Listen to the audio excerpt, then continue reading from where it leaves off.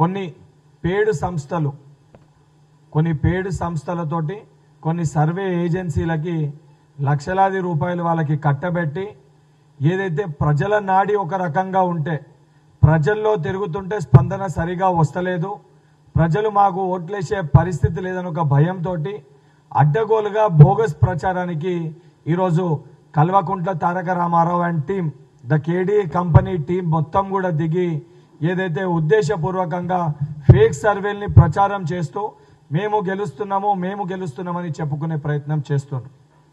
చాలా స్పష్టంగా ఏదైతే సర్వే సంస్థలకు కూడా నేను విజ్ఞప్తి చేస్తున్నా, నిజంగా జూబ్లీహిల్స్ నియోజకవర్గంలో బీఆర్ఎస్ పార్టీకి సానుకూలంగా ఉంది అని మాట్లాడే కొన్ని సర్వే సంస్థలు మీరు చేసిన శాంపుల్స్ అన్ని, మీరు తిరిగింది ఎక్కడ, మీరు ఎన్ని రోజుకెళ్ళి సర్వే నిర్వహించారు, ఏ బూతులలో ఈ సర్వే నిర్వహించారు, ఏ డివిజన్లో ఈ సర్వే నిర్వహించారు, ఎక్కడ ప్రజలను అడిగిర్రు, అవి ఏవీ లేకుండా హరీష్ రావు ఇంట్లోనో కేటీఆర్ ఇంట్లోనో లేదా వాళ్ళ ఫార్మ్ హౌస్లోనో కూర్చొని వాళ్ళ ఇచ్చిన లెక్కల్ని తీసుకొని ఆ లెక్కలు పేపర్ల పైన రాసి ఈరోజు కొన్ని పేరు ఉన్న సంస్థలు సర్వే సంస్థలు కూడా ఈ రకంగా ప్రవర్తించడము, ఈ రకంగా వ్యవహరించడం అనేది సరికాదు.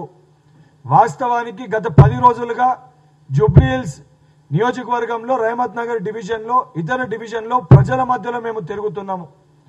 ప్రజలు ఏదైతే అక్కడ కొత్త రేషన్ కార్డులు కానీ సన్న బియ్యం కానీ మహిళలకి ఏదైతే ఫ్రీ ఆర్టీసీ ఫెసిలిటీ కానీ ఆఖరికి మీరేదైతే రెచ్చగొట్టే ప్రయత్నం చేసిన ఆటో కార్మికులు కూడా మా డివిజన్లో మాకు ఈ సమస్యలు ఉన్నాయని చెప్పి పొంగులేటి శ్రీనివాసరెడ్డి గారి ఆధ్వర్యంలో కాంగ్రెస్ పార్టీలో చేరడం జరిగింది.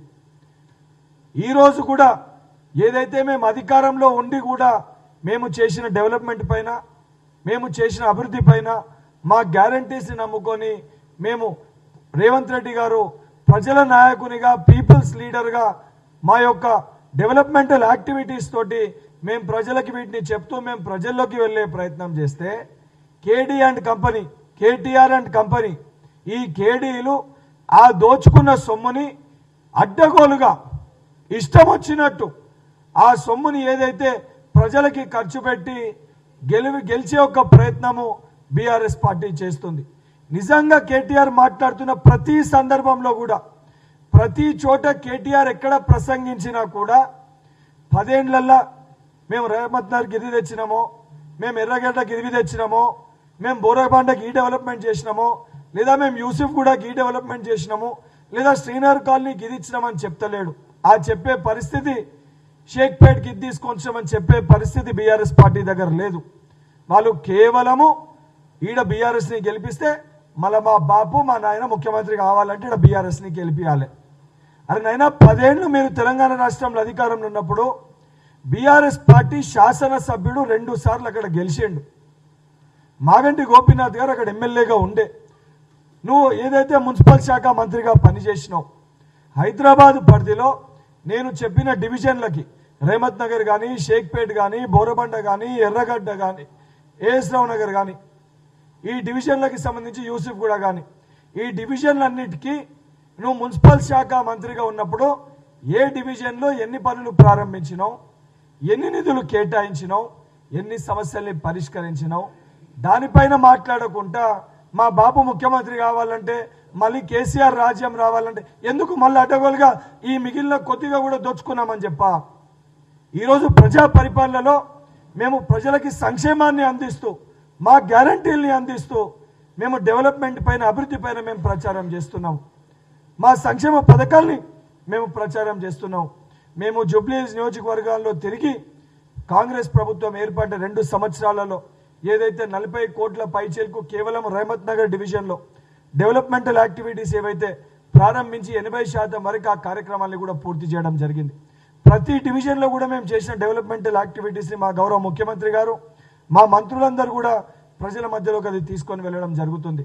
మేము ఇచ్చిన రేషన్ కార్డుల గురించి మేము చెప్తున్నాం, మేము అందిస్తున్న సన్న బియ్యాన్ని గురించి మేము చెప్తున్నాం. దానితో పాటు ఇంద్రమ్మ ఇళ్లకి సంబంధించి కబరస్థాన్ సమస్యల్ని కూడా ముఖ్యమంత్రి గారి దృష్టికి 20 రోజుల క్రితమే కబరస్థాన్ గురించి మైనార్టీ సోదరుల విషయాన్ని వారి దృష్టికి రాగానే దాన్ని కూడా ముఖ్యమంత్రి గారు డిసెంబర్ 31 లోపల ఆ సమస్యను కూడా పరిష్కరిస్తామని చెప్పి మాట ఇవ్వడం జరిగింది. ఒకవైపు డెవలప్మెంట్ స్కీమ్స్ ఏదైతే సంబంధించి మా వెల్ఫేర్ స్కీమ్స్ని అందుతున్న దానిపైన మేము చర్చ పెడితే, ఏదైతే సంబంధించి మాకు అధికారం కావాలి, మా నాయన ముఖ్యమంత్రి కావాలి, మీ పార్టీ అకౌంట్లో అడ్డగోలుగా దోచుకున్న డబ్బుని బోగస్ సంస్థలకు ఇచ్చి, బోగస్ సంస్థలతోటి ఫేక్ సర్వేలు నిర్వహించి అడ్డగోలుగా ఇష్టం ఉన్నట్టు డబ్బుని విచ్చలవిడిగా ఖర్చు పెట్టి ఆ ఎలక్షన్ని గెలిచే ప్రయత్నము ఈ బీజేపీ రిస్తదార్ సమితి అలియాస్ బీఆర్ఎస్ పార్టీ ప్రయత్నిస్తుంది. ప్రజలందరూ కూడా దీన్ని గమనిస్తున్నారు. నేను ఈ ప్రెస్ మీట్ ద్వారా మీడియా ఏదైతే రెప్యుటేషన్ ఉన్న కొన్ని మీడియా ఛానల్స్ కూడా నేను రిక్వెస్ట్ చేస్తున్నా, ఏదైతే బోగస్ ప్రచారం చేయనీకి ఏమి శాంపుల్స్ లేకుండా మనము శాటిలైట్ రైట్స్ ఉన్న కొన్ని ఛానల్స్ ఏంటన్నా టెలికాస్ట్ చేసే ముందు నిజంగా ప్రచారం చేసినప్పుడు దానికి సంబంధించి ఎన్ని శాంపుల్స్ కలెక్ట్ చేసుకున్నారు, ఎన్ని శాంపుల్స్ని వాళ్ళు ప్రజల మధ్యలోకి వెళ్ళి వాళ్ళు మాట్లాడినరు, ఆ ఎవిడెన్సెస్ని దయచేసి నిజంగా వాళ్ళు తీసుకున్నరా లేదా, వాళ్ళు చేసిండ్రా చేయలేదా, లేదా రిపోర్టు కేటీఆర్ హరీష్ రావు ఇంట్లో వాళ్ళు ఒక సోఫాలో కూర్చొని తయారు చేసిన రిపోర్టా, దాన్ని గమనించాల్సిన బాధ్యత మనందరిపైన ఉంది. దయచేసి దాన్ని అందరూ కూడా గమనించాలని చెప్పి విజ్ఞప్తి చేస్తూ, నిజంగా బీఆర్ఎస్ పార్టీ నిజంగా చిత్తశుద్ధి ఉంటే 10 ఏళ్లలో కేటీఆర్ జూబ్లీహిల్స్ నియోజకవర్గానికి టీఆర్ఎస్ పార్టీ ఎమ్మెల్యే ఉన్నప్పుడు ఎంత డెవలప్మెంట్ చేసిండు, ఎన్ని నిధులు కేటాయించిండు, ఆ అంశం పైన చర్చ పెట్టే దమ్ము కానీ, ఆ అంశాన్ని గురించి మాట్లాడే ధైర్యం కానీ ఈ రోజు అటు వరకు కూడా కల్వకుంట్ల తారక రామారావు గారికి ఎక్కడ కూడా నేను గమనించలే, అక్కడ కూడా చూడలేదు.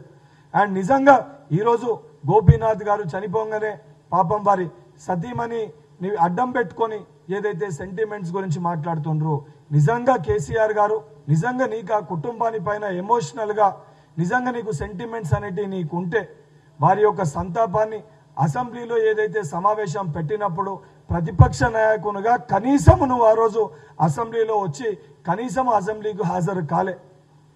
నువ్వు గోపీనాథ్ గారి గురించి అసెంబ్లీలో వారి సంతాపాన్ని దానిపైన ఆ రోజు అసెంబ్లీ సమావేశాన్ని నిర్వహించినప్పుడు ప్రతిపక్ష నాయకునిగా వచ్చి గోపీనాథ్ గారి గురించి 2-3 మాటలు మాట్లాడే సమయం కూడా నీకు లేకుండే.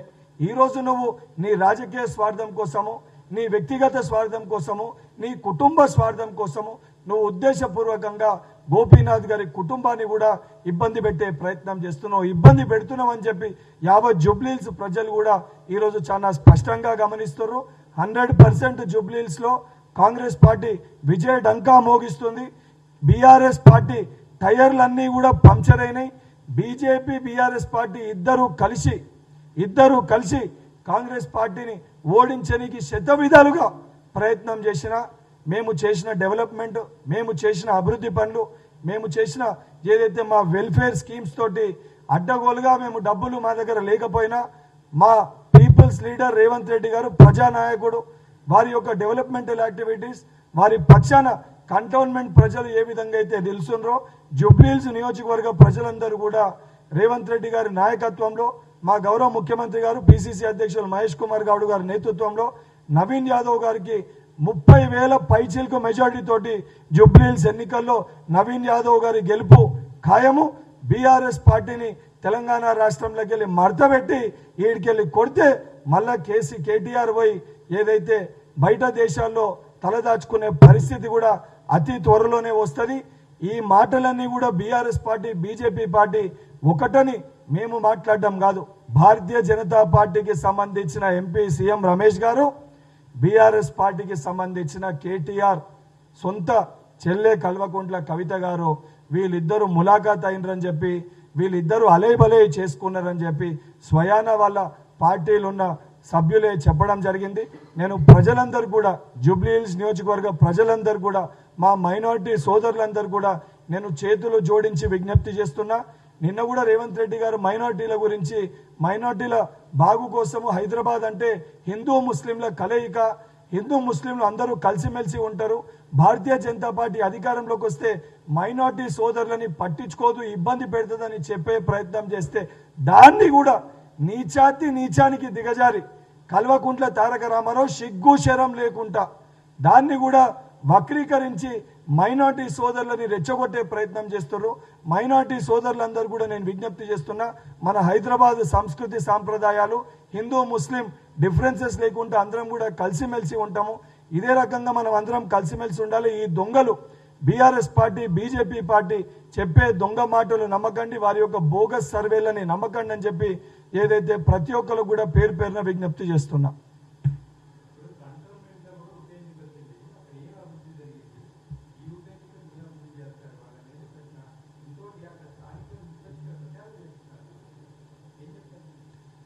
ఇప్పుడు బీఆర్ఎస్ పార్టీ వాళ్ళు సోయి లేకుండా 10 ఏళ్ళు వాళ్ళ అధికారంలో ఉన్నారు.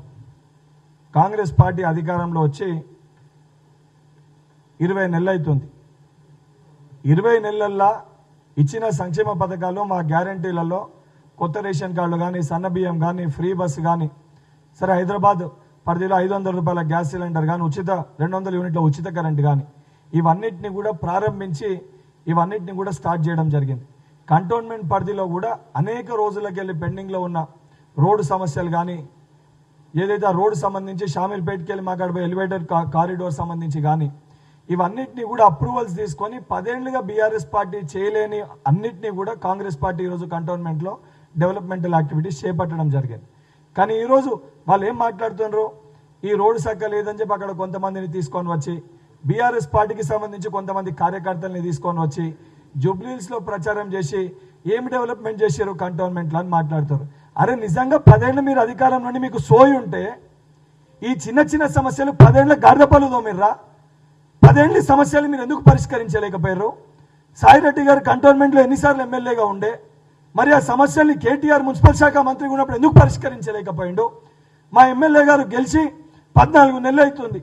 ఎన్ని నిధులు శాంక్షన్ అయినాయి, ఎన్ని డెవలప్మెంట్ యాక్టివిటీస్కి ప్రారంభోత్సవాలు జరిగినాయి, ఎన్ని వర్క్స్ ఎంతవరకు కంప్లీట్ అయినాయి, రండి మా ఎమ్మెల్యే గారు తీసుకెళ్లి వాళ్ళకి చూపిస్తారు. కేటీఆర్ కళ్ళకి కనబడకపోతే రమ్మని చెప్పండి.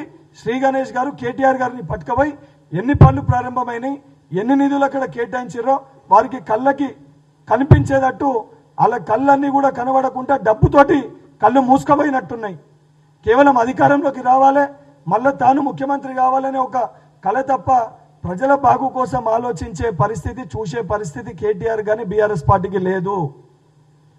ఈరోజు జూబ్లీహిల్స్లో కూడా వాటర్ లీకేజ్ గురించి, సివరేజ్ గురించి, డ్రైనేజ్ సమస్యల పైన, బంచ్ కేబుల్స్ పైన కేటీఆర్ మాట్లాడుతూ 2-3 సందర్భాల్లో ప్రసంగించాడు. అరే 10 ఏళ్ళు నువ్వు అధికారంలో ఉన్నావు, మరి ఇవన్నీ చిన్న చిన్న ఇష్యూసే కదా. ఎందుకు అక్కడ జూబ్లీహిల్స్ నియోజకవర్గంలో డ్రింకింగ్ వాటర్లో డ్రైనేజ్ కలిసి వస్తుంటే మరి నీకు సోయి లేకుండేనా? ఏ రోజన్నా గతంలో మంత్రిగా ఉన్నప్పుడు ఏ ఒక్క రోజన్నా జూబ్లీహిల్స్ నియోజకవర్గానికి పోయి మీకు ఈ సమస్యలు ఉన్నాయి, ఈ సమస్యల్ని పరిష్కరిస్తా అని చెప్పి కేటీఆర్ మాట్లాడిండా? రేవంత్ రెడ్డి గారు వరదలు వచ్చినప్పుడు ఇదే హైదరాబాద్ పరిధిలో ఆ రోజు ఎన్నిక లేదు, ఆ రోజు గోపీనాథ్ గారు ఎమ్మెల్యేగా ఉన్నప్పటికీ కూడా ఏ పార్టీ ఎమ్మెల్యే ఉన్నా ప్రజలు ఇబ్బంది పడుతున్నారు అని చెప్పి ప్రజల దగ్గరికి వెళ్ళి ఒక ధైర్యాన్ని ఇచ్చి, ఒక భరోసా ఇచ్చి, అధికారులను అక్కడ వెళ్ళి ఇమీడియట్గా ఆ సమస్యలన్నింటినీ పరిష్కరించిన నాయకుడు రేవంత్ రెడ్డి గారు ఈ ప్రజాప్రభుత్వంలో. వాళ్ళు అధికారంలో ఉన్నప్పుడు అటువైపు చూస్తే మాకు కమిషన్లు రావు, అటేమన్నా ఇస్తే మాకు వచ్చేది ఏంది అని చెప్పి జూబ్లీహిల్స్ నియోజకవర్గాన్ని పట్టించుకోకుండా ఈరోజు ఉప ఎన్నిక రాగానే, ఉప ఎన్నిక అని తెలియంగానే జూబ్లీహిల్స్లో వాళ్ళ ఒక కేడీ బ్యాచ్, కేటీఆర్ అండ్ బ్యాచ్, ఈ కేడీ బ్యాచ్ మొత్తం కూడా జూబ్లీహిల్స్ పైన పడి ఈ బోగస్ ప్రచారం చేసి మేమే గెలుస్తున్నామని చూపించుకునే ప్రయత్నం చేస్తారు.